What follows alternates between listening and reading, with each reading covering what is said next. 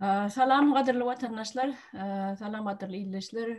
Saparağa sizem hoş geldiniz bizim kanalımıza. Ene Avol öyle. birinci gedegine sizinle gepleşik etmekçi. Avol. Elektrik öçünü mikmatçılığı çağırdığı kovuy. O elektriğimi de işte. Vah neme saparağa. Şu Türkmenistan arada aydıp verecek bolyanna. Bizden Amerika'da yaşap yörtülerin elektrik öçüptür deyip. Mena heni de çenne işte mokşu tutaydı. Bir ervet tüp elektronuna bir gedecik öçtü, ona da öğleri şu öçürseler kovuryalarda. Ona şolar yağlı, şol bir gedek bollu ömrümüzde. Bolyan da atıyor. Ate ervet tüp elektronuna. Yani şu Ne moltur şonur ait ilkulak öyle. aydayın men size. Şu adını yine de Liverpool vilayetinde şu değene ve travına onun belki çerçeve yakınırak himka diye neme şu rayonlara yakınırak yerlerde gatı ervet yine de tuğleyi turuptur. Gurupluk video gıyskacık videolarına mi veriptirler gatı ervet yine ünksiyali jayların çökler uçup gidipdir, magazinların çökler uçup gidipdir. Ay qaraz şular ýaly ýene erwetçilik ýönente kulum mitim barada hiç sat eşlenok inni şol inqinanlar ýany ýeri Türkmenistanyň howa maglumatlary ştatlary aýdyp dursady. Şonu aýdan oklar, onuň halkam şoňa öwrärak boljakda. Öňünden aýdylsa da çağalarda sır çykmady ýaly şoň işegidende de irrak işten gaýdar ýaly garaz öňüne alsa boljak da köp tadyň. Şo barada men siz bilen bir gurrun etmekçidim. O ynandyryp ýerem şol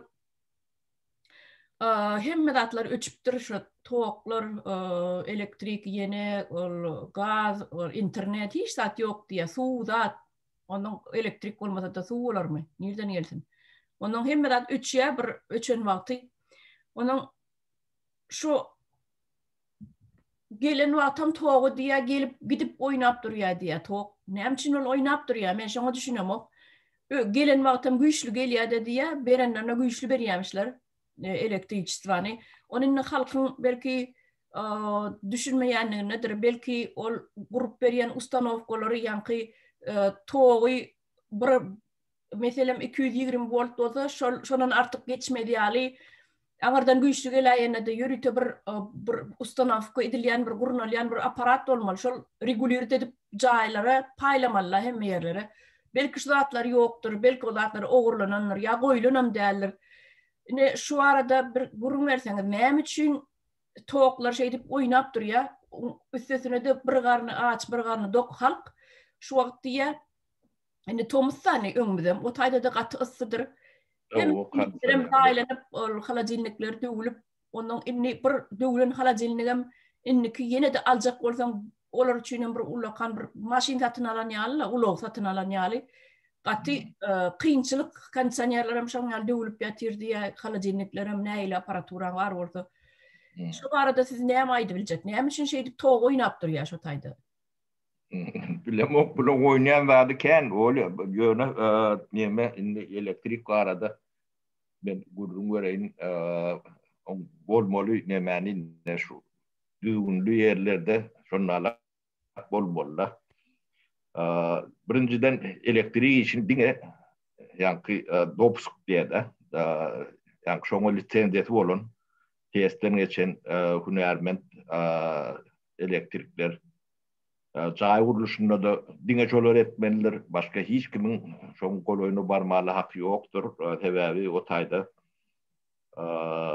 soň ýygynden şular ýalak pajaga ýagdaýlary ýüge çykýar.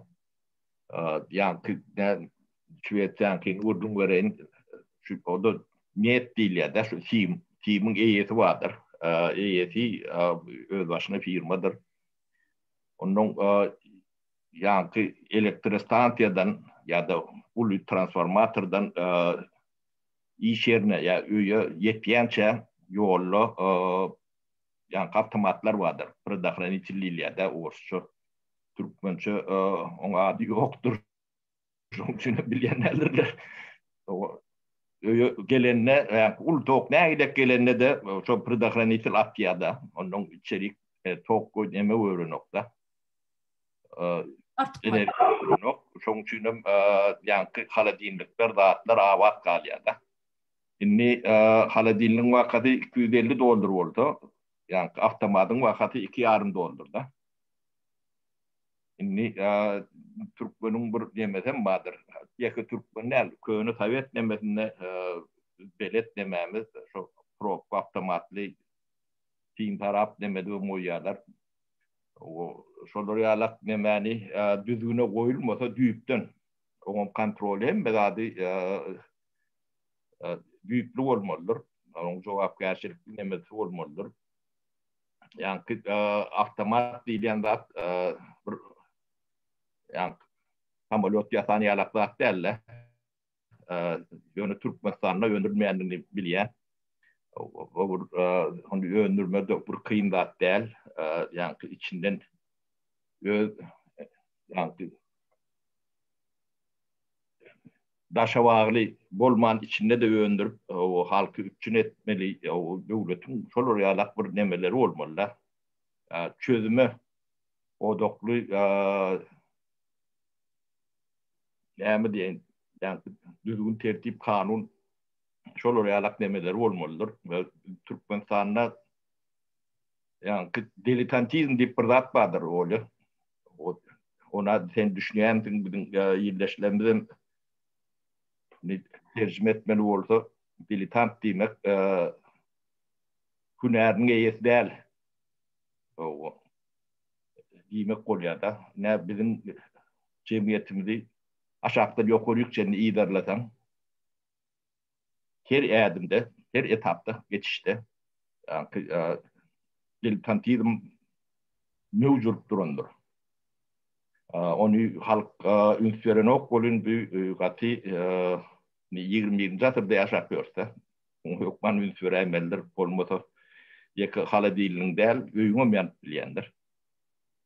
O çodatları onu devlet demesine devletimizde çolur yalakta hükümet diyen rahatlar gati yüdlöy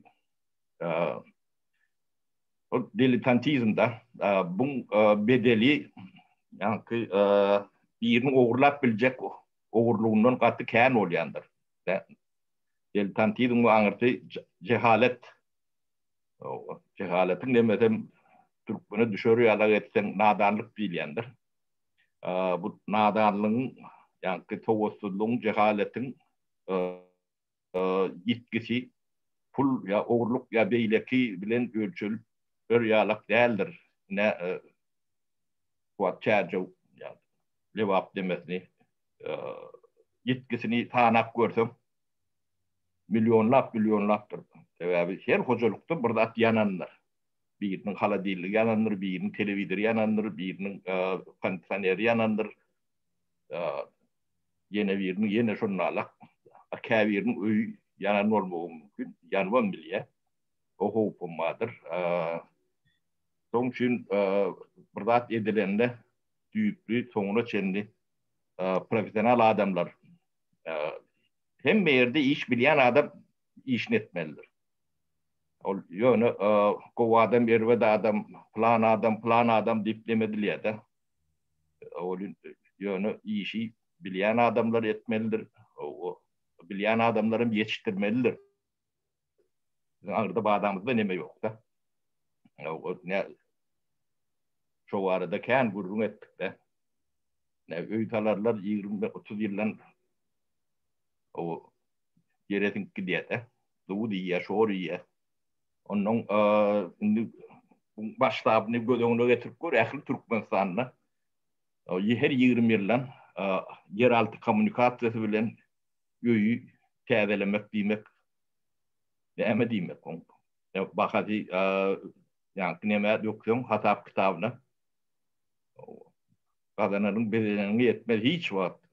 Yani hem bedat edilenler düğüplü onu bilen adamlar etmelidir. O tayda yani propagandası, siyaseti demesi bol derler. Çünkü devletin demesine konstitusiyasında diýýärler. Liyakat diýýärler.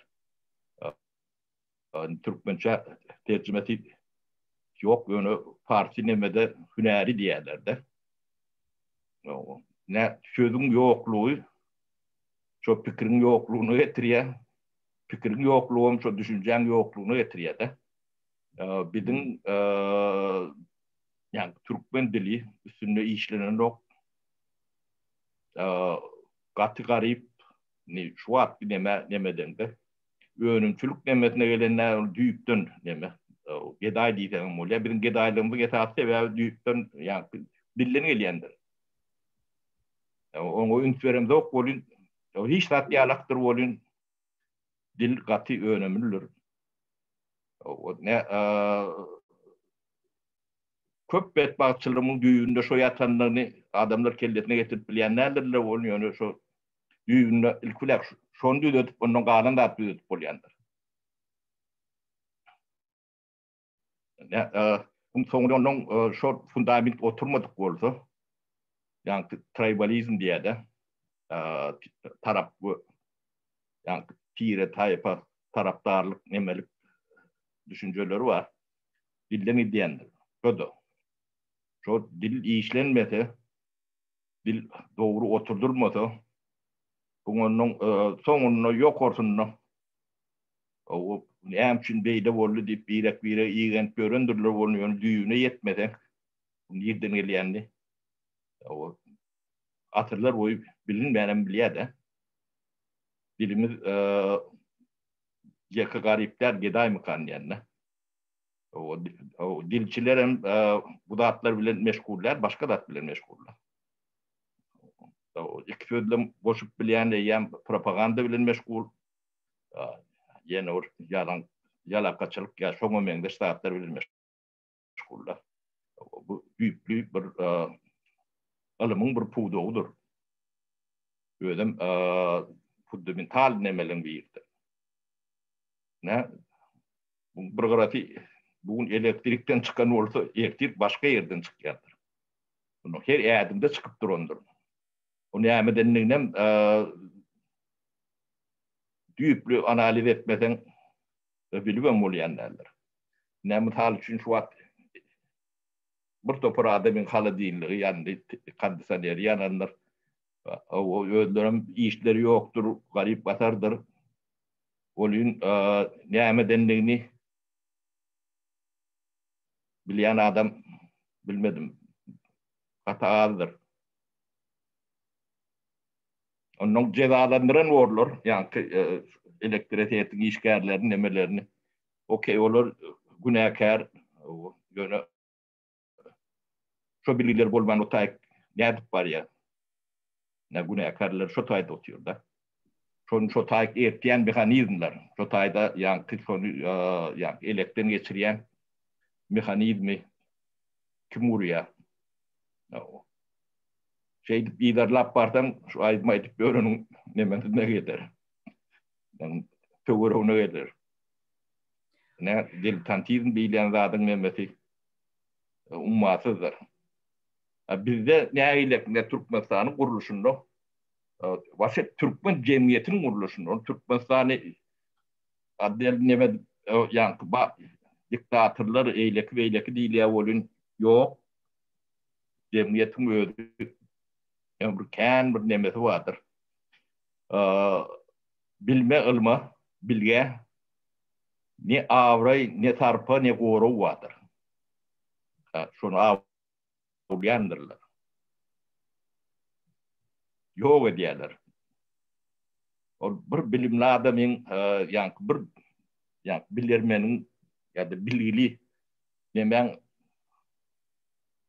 bakati kâte yüzlep milyarlar ölçep bolýanlar. Bir adamdır, ya iki adamdır. Yani bilgi diýilýän kymmaty gaty uly bolýanlar. Ýöne giden jemgyýet jahil bolany uly betbakçylyk. Gaty diýme, onuň nämeden ulýakan diýip demedip bölür-de adamlar. Ne şu wat, şoňa tiň edin. Yani elektrisiyetin nemelerini cezalandırırlar. O. Şoňulene bitti. Dip ýa-ni hala dinligi ýananam bir nemesini gaýtarar da. Ýa-ni näme diýen o. Bir arnaly ýalak neme bor da. Bu nallap biler. Ýöne bu da olara halajynlyk bermediler, satyn alyp. Ya hala kondisioner ýöne ýa-ni neme de berdi. Bereyenlerine de yani ertir şolar ýalak ýagdaý bolmajagyny hiç kim garanti beren o. Bir unum bolup bilýär. Ýylla bir kısa param bolup bilýär, 3 param bolup bilýär. Bolmanan bilýär we şol ýylla. Ende arkaýyn olanyň bilen o bir un gelýär. Şoň üçin ýa-ni jaý salnanda ýörüýti normalary bardyr. Näme şol normaga wagt gelmese taldyran oklar. Dünýä hem ýerinde şonda. Ne Türkmenistanda misal üçin 20 ýyldan ýeretin gitjek jaý. Yani öýe pul bilen taranyny da gadan etmeli. Sebäbi on garyplygy, jemgyýetiň garyplygy. Yani şol atlara düýüp bilişin çözüm gözlenmese ýeňil ýelpay bu çözümi çözülür bolýar, ýöne ýalňyşdyr. Yani 365 gün var bir ýylda. O ölmeden o ýyllara gidip durup bir atyrda 100 ýyl var. Haýat periodunda näçe tapar o bet bagçylygyň geljegini bilýän adam ýok. Tebigat bilen baglanýar. Bizim gemämizde ne şolary ýalak ýagdaýlar var jemgyýetimizde. Yani bizim pikir ediş, dünýä garaýyş demämiz üýtgemeli, onam üýtgetmejek bolum daşyndan yani informasiýa gelmesini ýa-da şolary ýalak deme el ýeterli informasiýa ýeterli bolmasy ýörüýte edildi-de. Yani ýapykly. O ýapyklygyň berýän miweti ne şolary ýalak miwe. Dünýeden bir hawara. Türkmenistan içinde oturanlar. Şu aýdym aýdyp görün ýigidem bir habar. Hiç tat bilen ok bolmasa bilýän bolsa beýdip ekrana çykyp aýdym aýdyp görmez. O bilmeýänli bilen ok da.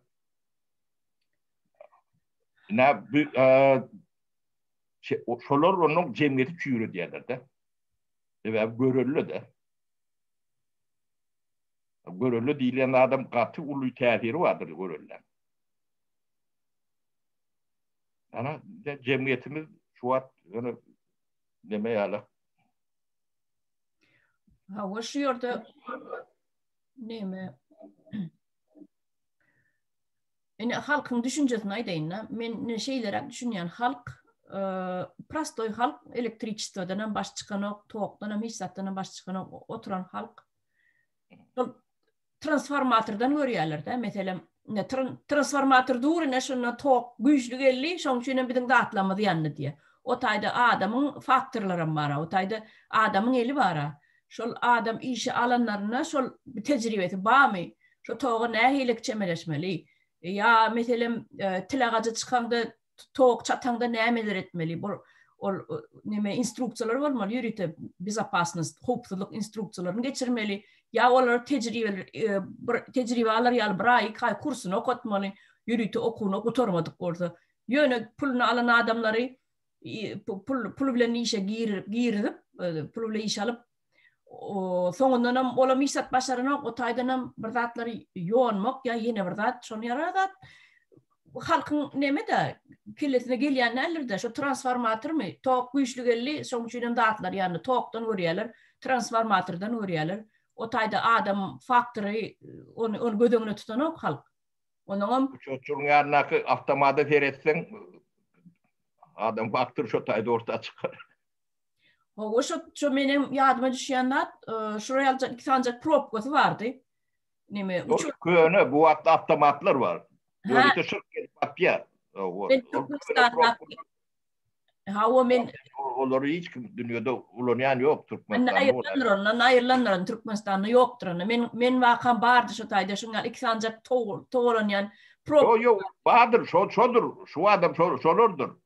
Yani dünyada eyyem bu zatlar hem beceti avtomata geçti. Ne 6 amperden 35 ampere çenli ne hocalık demelerinde o fırnalıktır. Hocalıkta 25 amper yetkiyendir. Görüntü avtomatlar vardır. 25 amperlik, 10 amperlik. O var. Bizde ne şunlar 4 bir şeyle şit dur. 4 ona bir de knop nemeden nol knopkadan nol. Şolong haysi tok güçlü gelenine şu knopka atılıyada beylesine vuruluyada öyde tok uçuyada. Onun ödün barıp regulür etmeli. Ödün barıp yakıp çıkmalı. Knopka olup dur. Bir knopka kuchnya değişli. Bir knopka spalna değişli. Biri stalovoyuna değişli. Şonlara gidiyor yukarıdan aşağı. Onun men gaydamda Türkmenistan'da böyle propkalar vardı. İksan toğlanyan propka. Ona da Ecem pakir şu theme sonra yattı. Theme sonra yine yerine takladı. Şol yakyandat sebebi ne rivetkeler vardır. Rivetkan çiğmem yani bir yarımlık neme olmalıdır. O elektriğin ki bir yarımlık yani rivetkelan ki 2 yarım. O şoňa gidýän nemeleň ine haladynlyga 16 amper gerek bolsa şo taýyp gidýäne 16 amper neme goýulýandyr. O ýa o taýyny da peç neme dilýän bolsa o taýyp 25 amper gerekdir. 10 gaýrydyr. Haýratyn. Şol kiň ýerini çarşyrsaňam demäň ýakyp bilýändir. Bärde hem bilgili nemeli bu zatlar bir elementar zatlarda ýöne bunu düzgüne oturtmaly. Bir öýüň içinde de ýaky propka bilen nemet bolan o tebi de lampoçkalara nemelere bu lokan neme gerek gel 10 amperlik neme bolsa bir dakikan içi bolsa ýetýär. O gaby plita ulrak bolsa oňa 20 amper ýa 25 amper neme goýulýar. Onun ýerini çarşyrsaň ýakýar. Ne şolar ýalak nemeler we onu ýöne profesyonel adamlar etmeliler. Benim şu zatlar bilýänem bolun ben topuk yok, ben edip bilemok. Elektriği çağırıyor. Şu yerde var bir Amerika'da yine caytalyasa biz.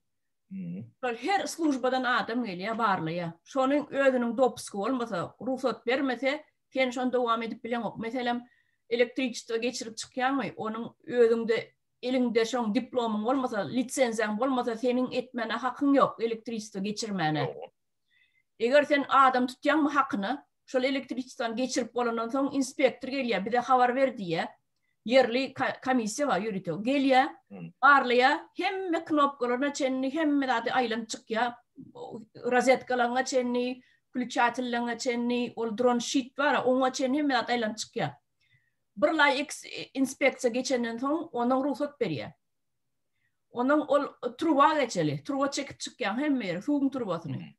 Sen elinde ödüňde lisensiýaň ýok bolsa sen ona medip bilenok. Ýürüte slujba çağırýan şol edip berýär. Ol unitazyny wanna hemme de goýup berýär trubalarny. Oňa aralygyna başlangda bir inspeksiya gelýär, ortalygyna bir inspeksiya gelýär, bu toran soň işin onuň ýene bir inspeksiya 2-3 gerek gelýär olar. Onuň şol ruhsat berip bol çekip gidenden soň sen dowam edip bilýän. Ine Amerikada jaýtalangda neşeýle. Her berdi fırnalar. Her bir eden işinde inspeksiya gelip barlap durýar. Bolmasa sen gadagan, gadagançylyk üstüne ştraf amalarsın. Eger sen bu soňy betbagçylyk bilen demek oturup bilýär. Wow, edilýär. Onuň bir zat baş. Bizde şey dilse para alıp başlayanlar da. İnha.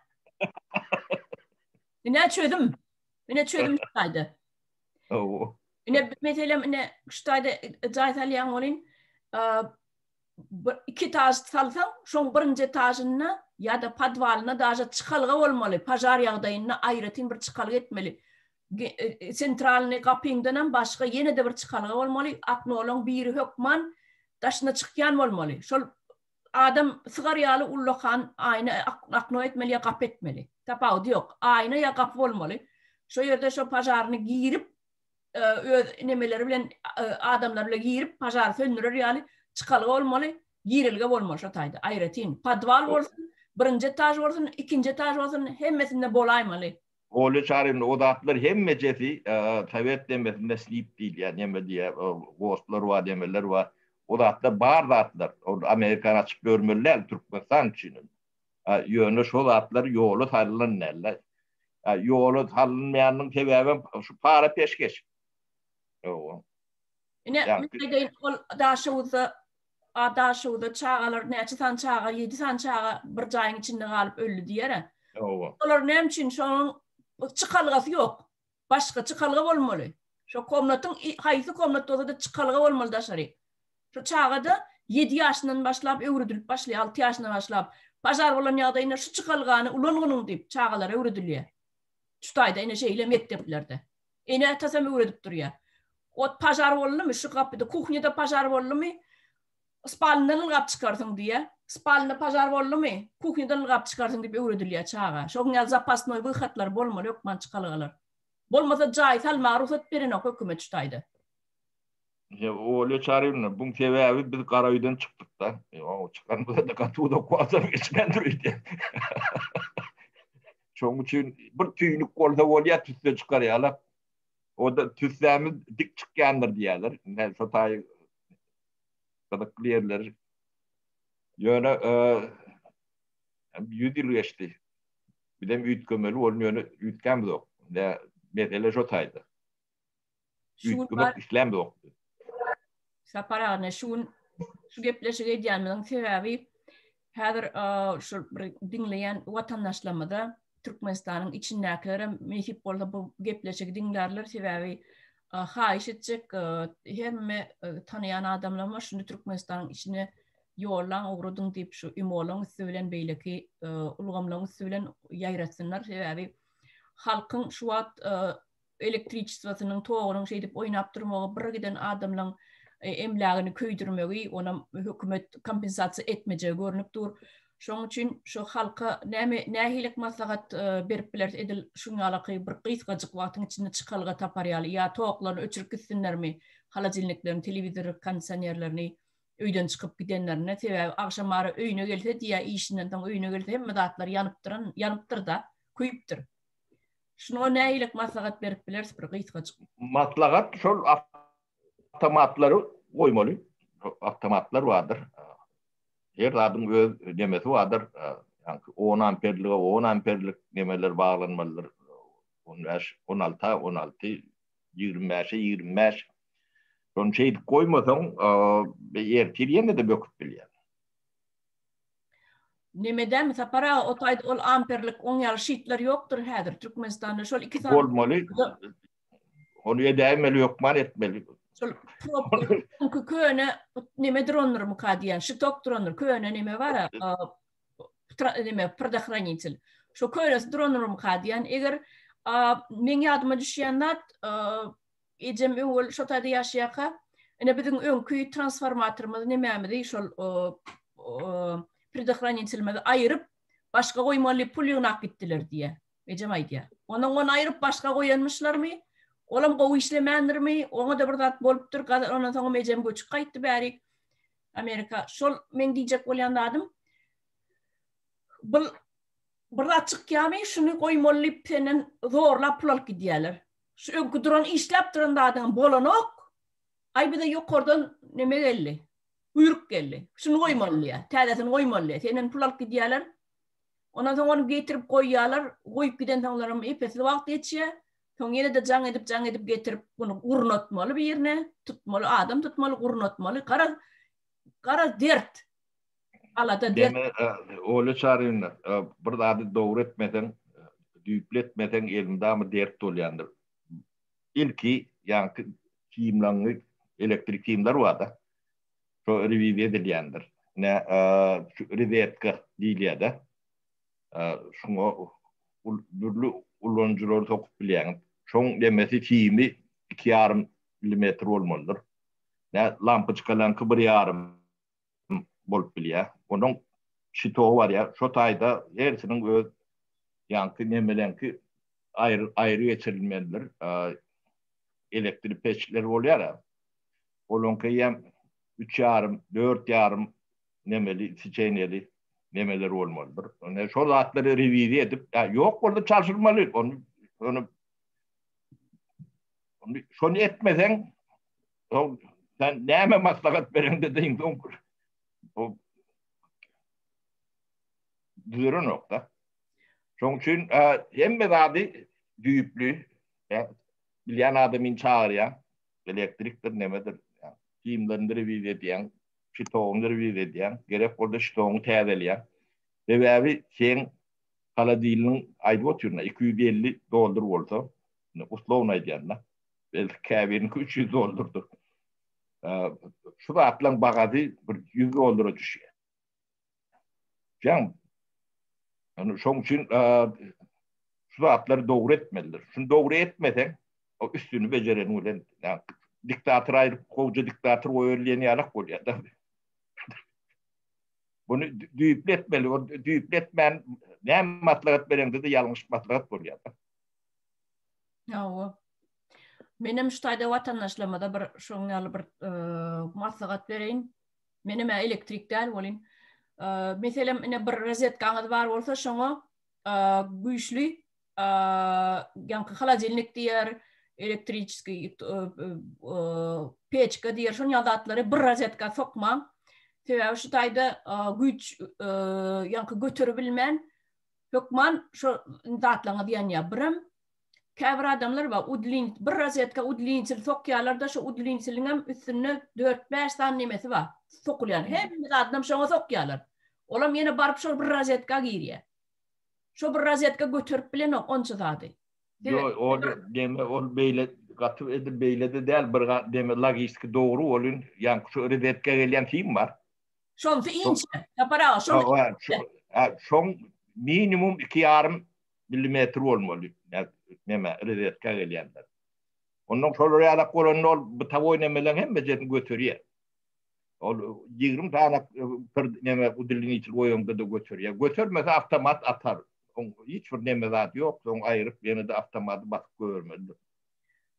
Köplenç pajar dörüýär şo. O sim gydýa neme diýär, ondan şo neme predahranitelem şo taýda neme kesmese yanmaly. Pajarda şey bolýar. Awşan aýdaýyn idim bir zady bir kenda sokmaň başarsaňyz rozetkany ütködüň başgarak ýere sokun udlinçil bir sanak däl öýüň içinde. Yerini çalışyň ýa başga komnata geçiriň näşler ýaly. Pajaryň öňüni almak üçin hem şol etseňiz gowy bolar. Şonu aýdaýyn idim. Dogry olar. Ýöne hemme zada bilgi gerekdir. Onu düýüpden çözmesen çözülýän nädir? Yani bizim Türkmençilik diýär, Türkmençilik bolanlar şu diletantizm diýip şonu periode dämelim kendilerine. Türkmençilik. Kyn, sapara kyn ýagdaý kyn. Ol togy şeýdip ýanky şitlerini çalışmaly we bir pul ýygnak gidýär soň diýe. Ertesi birun ýene de gelip durur diýe. Ennem galyň nemesini çalışmaly. Üçe açyk goýmaly. Gady çüýnem diýip diýe. On edilende ýanky ýokurdan suatlary etjek bolýan uromalar ýalňyş deme. Şolar bilen ok. Onu beýdip edilmeliler, onu edilende de dogry edilmeli. Sebäbi şu ýanky filmler var. Tok gelýän filmler. Şoň eýeti aýry bolmalydyr. O uçoçugam şolon bolmalydyr. On puly dady bolmalydyr. Şolar bermelidir. Sen puluňy elektriğini getirip berýän demäňden alarsyň. O öýler çalışylmalydyr, öýleri goýmalydyr, öýlerini kontrol etmelidir. Sen elektriğe pul töläp oturýarsyň. Ne şondan öýd nemelerini alýar. Ýanky halkdan aljak etmejek bolsa o mesele hiç wagtda çözülmýär. Meseleni ýanky ýakalaşanda, goýlaşanda dogry goýlaşmaly. Şonu edip bilen oklar. Bu da atlan hemme jesiniň dokumentleri isnipdi, normativ aktlary, normalary, gowastlary var, Sovet döwründen var. Oňa ýanky şu wagtyň talaplara görä täzelikler giýirilip ýugrap edip işledi vermeli. Hemmesinin nemesi var. Sovet demesine bağlı men on kovul yani. O da espeler dip neme vardır. O da espe diye. Direksiya stroyiş предприятий diye. Sodatlara gödökçülük ediyen neme. Her kuruluşun yanına şunun alak demeler oluyor. O kutusu çaylarına da şeyle olmadı. Ondan yani halkın bağlılığı devletin cemiyetin bağlılığıdır. Onu da yani sen özün kuolanına da bir pervay karamağa kanunlar nemeler yol vermelilerdir. Sebebi sen nemen bir maşkalan garip olsa sen devletin garipliğine koşunt oluyor da. Şoň üçin şo zatlaryň da böwet boýmalydyr. Deme bolmalydyr. Düzgün tertip diýilýän zat şo zatlardyr. O men ýa-ni pulum bar edilmediýän diýilýän nemeler bolýar da. Edip bilersiň bolýar ýöne şu normalar wardyr, şonu sen gözüňde tutmalysyň. O da hem de düşündiğin bolmalydyr. Ya pulumuz yok, yağdayımız yok, şunu şeydeydik deyip keppet almalı derler. Ne bu da atlar bir yankı düşüneceğimizi ütgütmeli. Bizim formatımız yanlış, yani Türkmen formatı çatma formatı.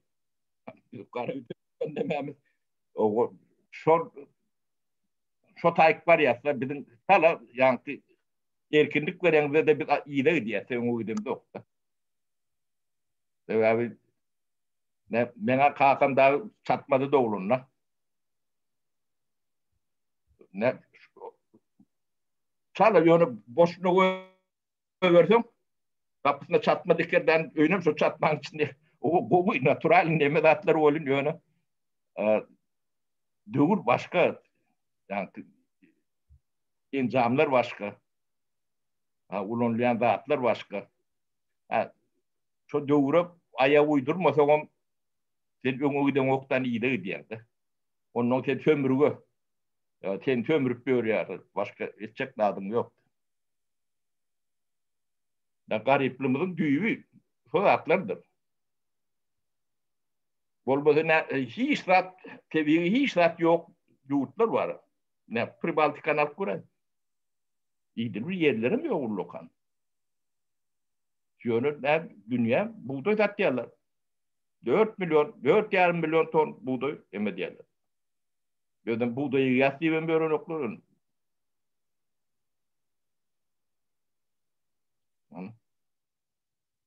Yani bir de yankı ortadan kovukan Leningrad Oblası Moskva'nı yani süy dönümleri bile üçün ediyorlardı.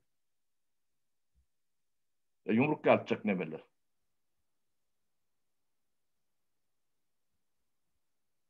Et bilen kerçiketi hem mi daha bilen?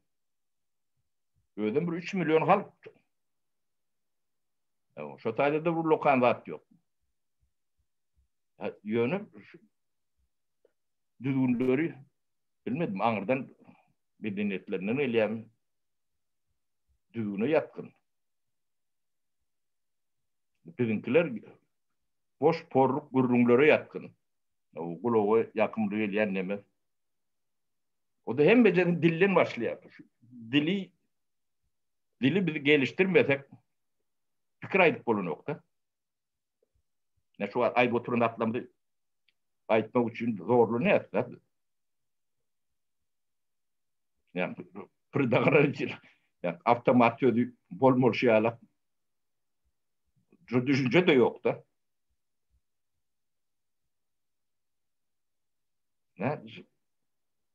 Ne şu taylardan görüyen bu da atlar düzedip bu mu? Katı olur düzedip bu. Hiç nemedat yok. Yani bilen adamlar düzedip bilir. Bilmeyen adamlar düzedip bilmediler.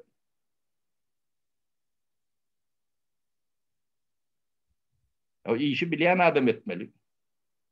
İstediğini iş. Bilen adam etmeli. Bilmeyen adam edip bilenlerdir. Bizimkiler şu düşünce entek iyi değil. Yani bilmeyen adam edip bilenler ödüyorlar. ya da bilmeyenini bildirmeyen son dine özüne Allah biliyor. Başka bir Allah bilen o. O bilen sıfat mesela o burada giren de yani iyi şeye dek gelenler. Ödün bilmeyen dadını ne edip edeceksin? Bilmeyen dadını ne edip baracak, ne edip edeceksin? Yani şu hatta ya daimel kıyın. Ha ne sana samalot barşın sürdüyseler men sürbilecekler. Şeylere oluyor bu atlar. Ha o. Ondan ne değilmiş yerde sapara cemle elmi. Oluyor. Çağıran için tavul beni elektriğe mettin bununla. Ha o biz ödümüz şey dip pırdatlar edaymesek var halkın aladasın bir de daymesek. Öyle bilen adam ken volun deme bilyana da yol yok, o bilye de yol yok, o hormatam yok da. Ne de sapara. Şol adamları avlat öldürüyorlar, yere sokuyorlar, o başkalarını tozduruyorlar. Ödem yani şu da atları demedik bir öğren adamla öldür iki şaya degen ok golün yönü bir topar adamın da herlap ya demedik biliyade. Bizde şu bildiğin değeri yok da. Şu hormatam yok. Ha?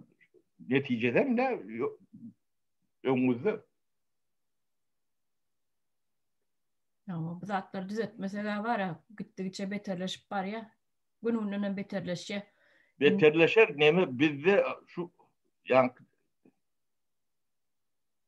cehalet dilen dat katı evet sattır. O bizim dinimizde de kitaplarda katken geçendir. Cehaletin nemeti. Onun şonu ünçverden o. Bizde cahillik propagandir dediliyor. Medeniyetimin içine dokturulur da şunu. Yani bizim fikir edişin emeğimizde şonu yatkın. Şu an siz adat dik koyuverseniz biz iyi de gideriz. Yok gidip bilmez. Cahillik fotoğraf bile. İyi de gidiyenler. Ne biz 30 yılda 100 yıl iyi de gittik. Belki de ondan omkendir. Şu an 18. asırda yaşat bir öğrenlerim vardır. Düşüncesi boyunca 19. asırda da 20. asırda da aralarında da köprü yoktur. Onun zıt demedir. Ondan üstlenlik demeğini çıkarıp bilersin. Yani betbağıtçılığın, urşu, yani havası.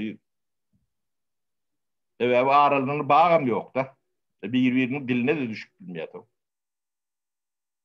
Üstesine de yani dilimizde her oblasta bir tüytlük.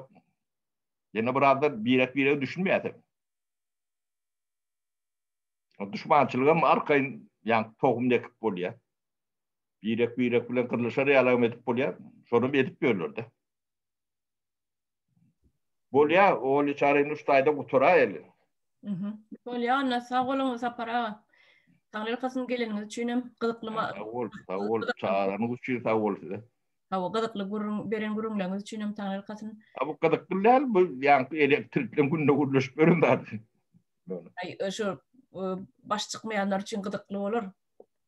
Yani halkımızdan belki ştatlardan ödüne gerekli dağıtlar alırlar. O predihraniyetçil näme seredip durmalı, rozetkalar näme hemme dadı bir rozetka sokmalılar. Sokyan rozetkalar yani udlinçiliğine ödü yani saparağa idişyalı yeterlikli olmalı, götürmeli şu dağıtları. Ol incecik bir... Oğlum değil yani bir yarımlık var, iki yarımlık var, üçlük var. Şu dağıtlarına seyretmeliler. Ya o son tereden oklar neyme. Olamandan duruşuna gıdıp erep, bar şey deyip erep yani udlinçiliğin nemesi var, sokulya nemeler. Bar yemşik olup erep, ontegan pazar döremeyet. Köpülüş düz dörebiliyor şu yerde pazar. Seyretmeden yanarsın. O keçen üstüne drone morsa keçeble bile yanık tek de hemedat. Sudatlara insörmeklerini bir de ne haşet yaştaydın halkımda. Bolya sağ olun. Bolya sağ olun çarın. Bolya sağ olun sağ olun.